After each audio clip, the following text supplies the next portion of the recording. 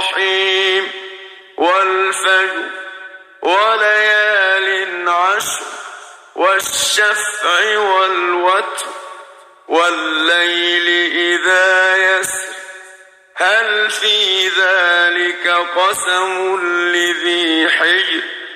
ألم تر كيف فعل ربك بعاد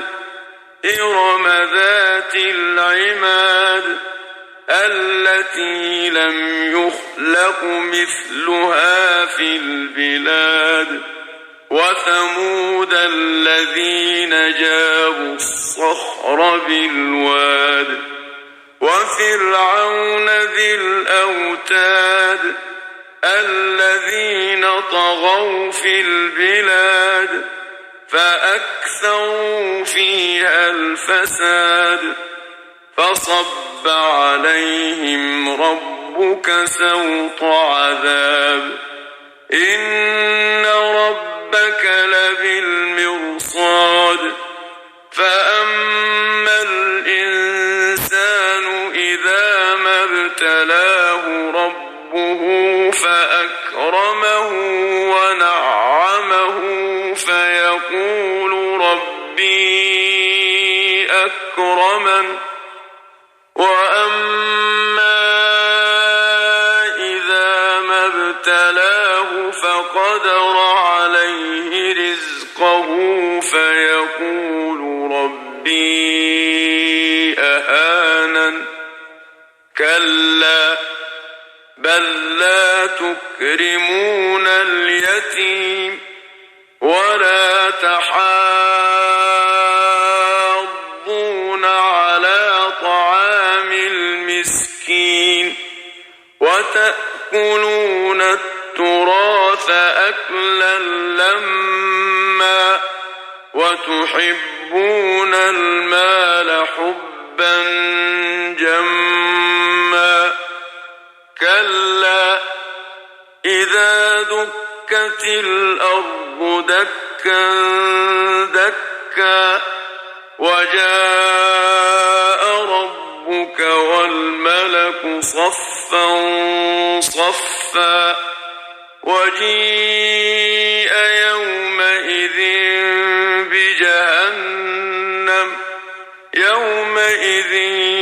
يتذكر الإنسان وأنى له الذكرى يقول يا ليتني قدمت لحياتي فيومئذ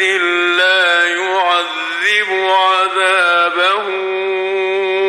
أحد ولا يوثق وثاقه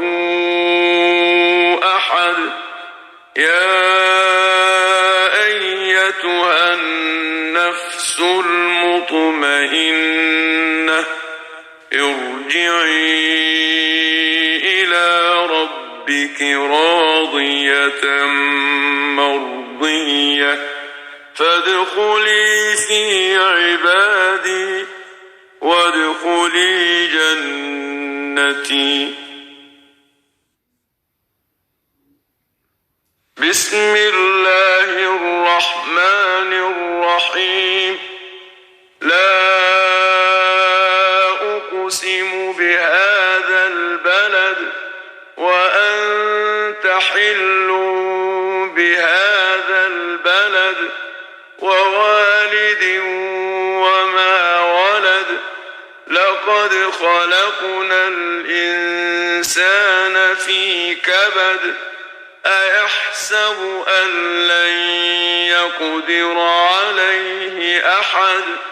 يقول أهلكت مالا لبدا أيحسب أن لم يره أحد ألم نجعل له عينين ولسانا وشفتين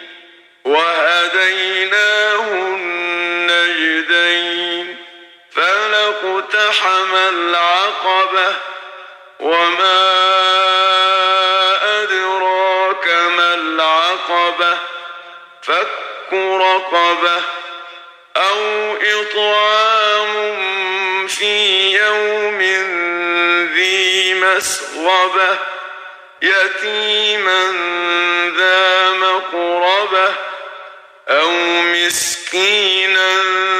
ذا متربة ثم كان من الذين آمنوا وتواصوا بالصبر وتواصوا بالمرحمة أولئك أصحاب الميمنة والذين كفروا بآياتنا هم أصحاب المشأمة عليهم